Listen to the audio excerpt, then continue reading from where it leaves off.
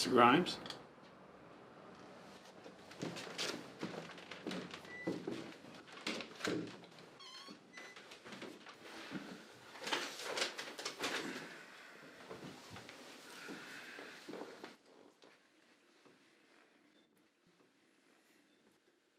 Your father had a nice home. Well, most of it was my mom's doing. But Dad didn't want to change anything after she was gone. You grew up in this house? Pretty much. We moved around some when I was little, before they bought this place. You're not keeping it.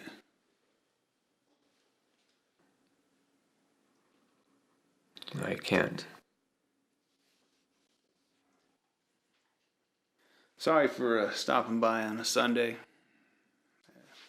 Got a couple more questions to ask.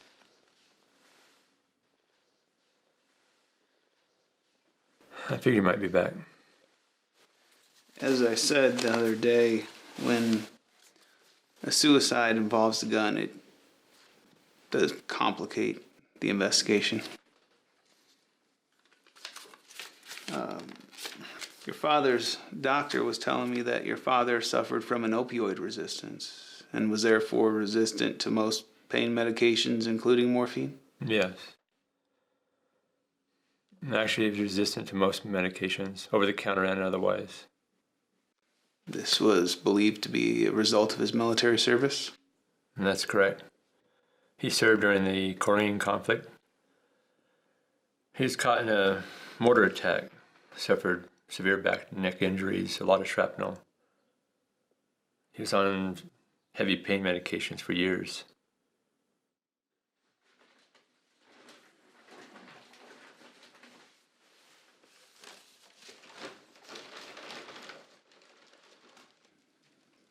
Is this your shirt?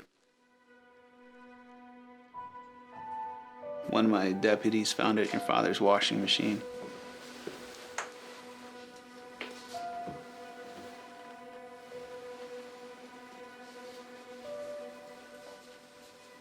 She thought it rather odd that there was one shirt by itself.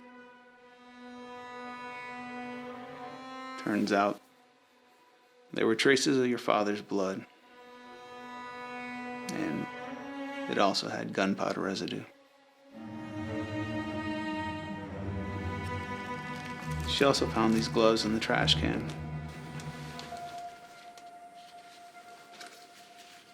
They too contain traces of blood and gunpowder residue.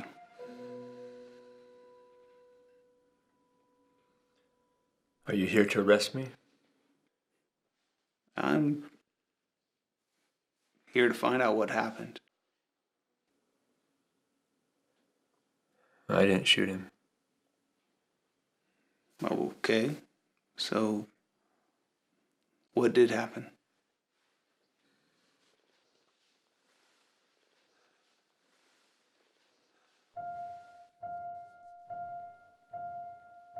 They tell me that stomach cancer is one of the most painful. And nothing is working. He lost so much weight. Weak. There you are, Mr. Grimes. We'll be back in the morning, okay? Thanks, Zach. No problem. You call me if you need anything. Will do.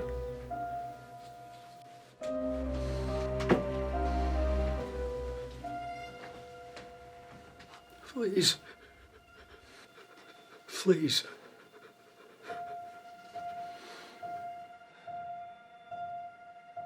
He'd been begging me for weeks to do something. To help him. And I kept saying no. I told him I can't do what he wants me to do. I can't.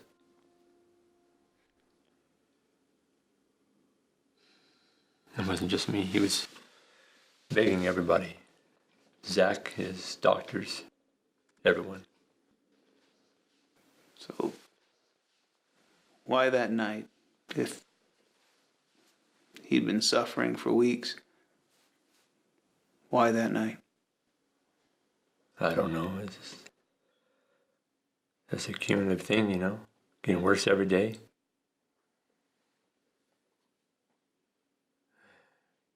He could withstand a lot of pain. He had to. He had no choice. But I could also tell that it was truly becoming unbearable. Something had to give. It just had to. You said in your written statement that he was basically bedridden for the last few weeks. That he could only get around with the help of others, and he was getting more depressed by the day. Yes. But the gun was already in his nightstand, where you said he always kept it. Yes, it was. So, again, what was different about that night? If the pain had been unbearable, he's depressed, the gun's already in the nightstand, why didn't he do it sooner? I mean, instead of asking others for weeks to help him.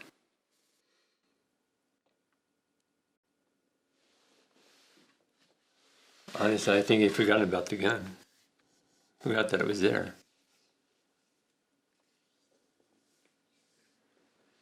You know how it is sometimes. When something is in a certain place forever, you tend to forget about it, overlook it. Until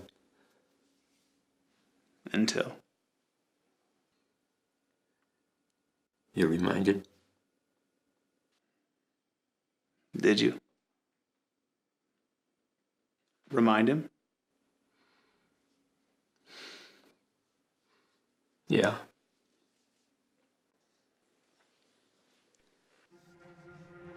His lips were dry and I was looking in his drawer for his chapstick, which is pretty full.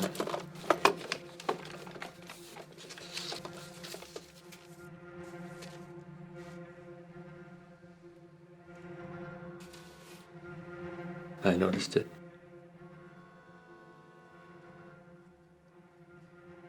And? And I said, your drawer is getting kind of full, Dad. You want me to take your pistol out so you have more room?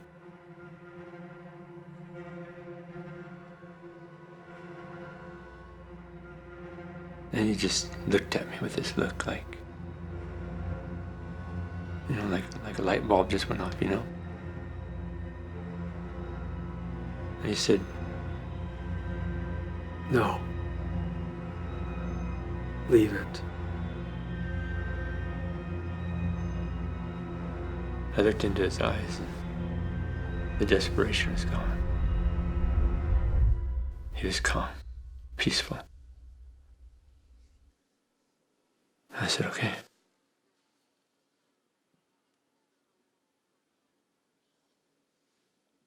I left the drawer open and I left. So you still maintain that he did shoot himself? Yes.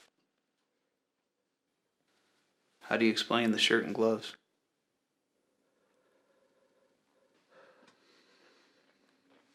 I went downstairs, turned on the TV. Fully expecting that any moment I might hear a gunshot. Which I was okay with. Praying for, actually. But nothing.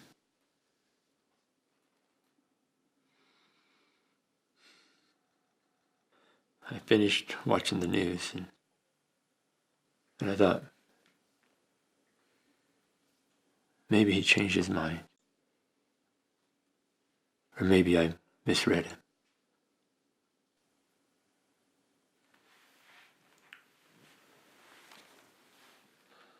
Either way, I decided to go to bed.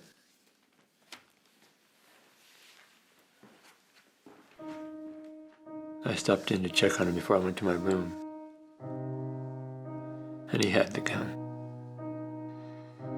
He was trying to hold it to his head, but it was a struggle. It appeared he did not have the strength to hold it and pull the trigger.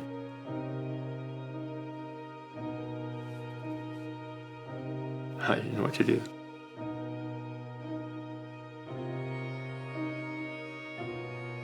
I went to his side and he looked up at me and said, "Please."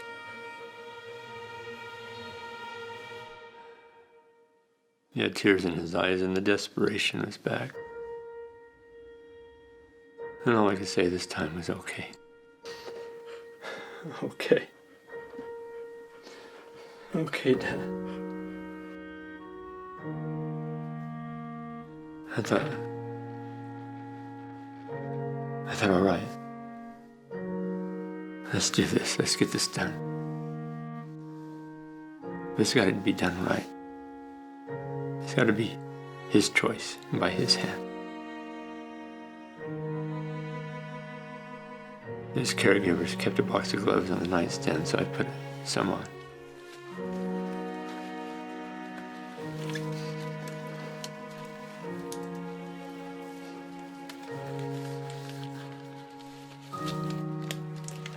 I reached down and I carefully put my hands under and around his to hold it, support it. And that's all I did. I just held it.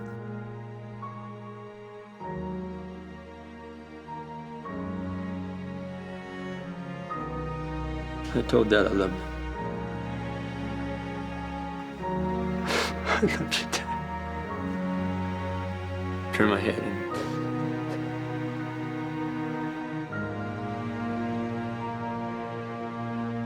he pulled the trigger.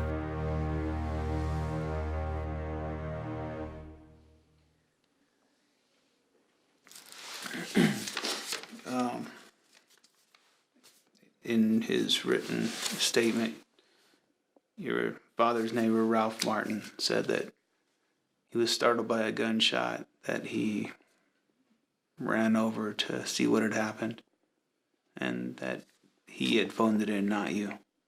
Yes. Run through what you did with the shirt and gloves.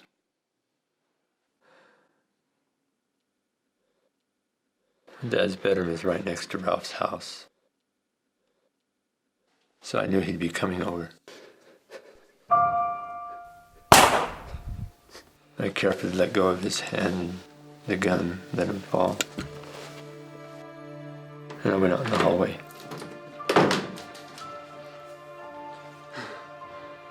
I was trying to catch my breath. And I caught myself in the mirror. There was a spot on my face. It was blood.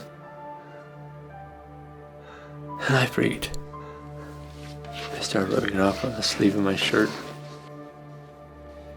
And I went in the bathroom. I took the shirt off. I threw it in the washer. I took the gloves off, threw them away.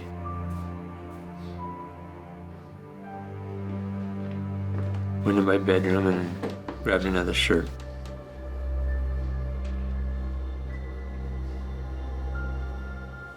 And I just got it on when the doorbell rang.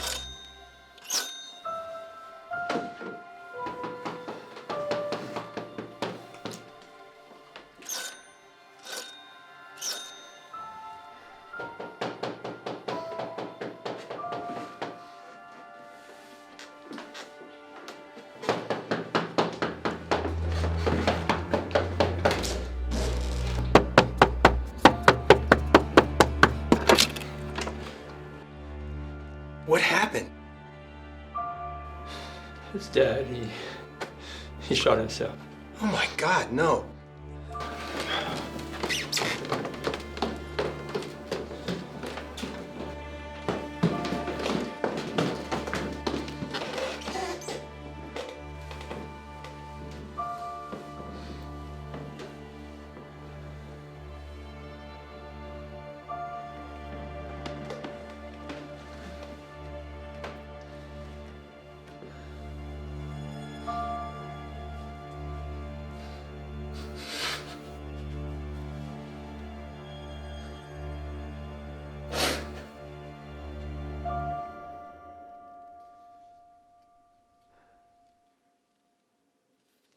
I forgot all about the shirt and gloves till the next day, but they were gone.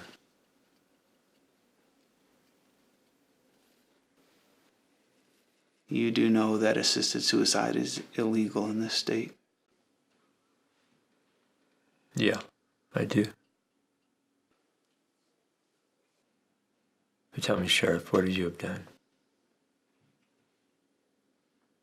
Forget that you're a man of the law. What would you do if it happened to someone you knew? Someone you loved?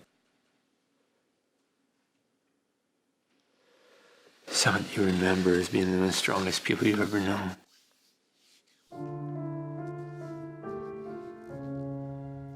Now skin and bones. Bedridden. Weak.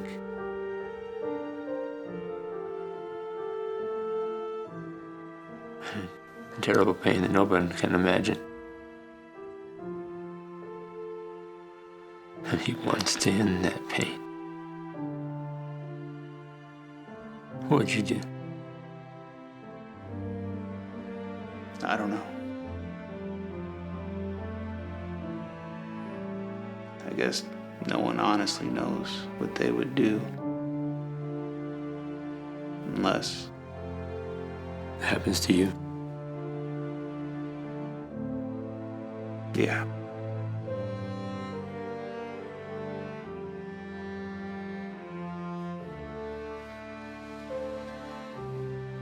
Arrest me if you have to, Sheriff. I didn't shoot my father. But I wish I had. I wish I'd had the strength and the courage to do it weeks ago when he first asked me. No one should have to suffer the way he did. No one.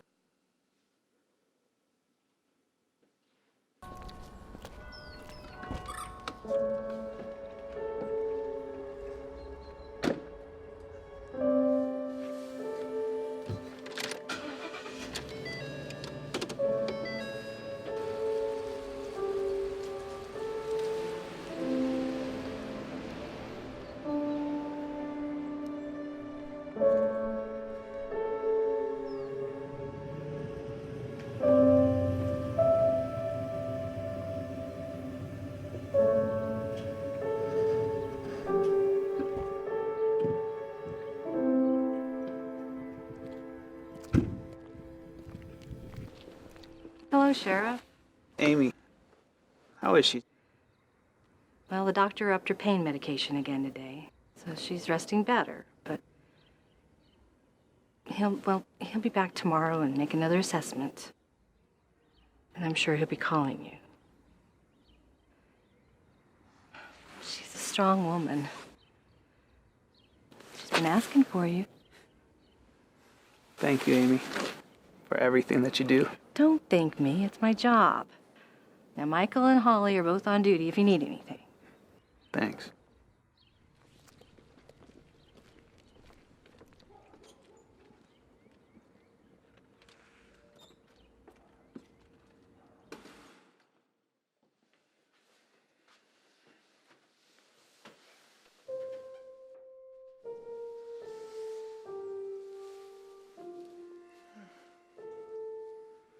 Jimmy, is this you?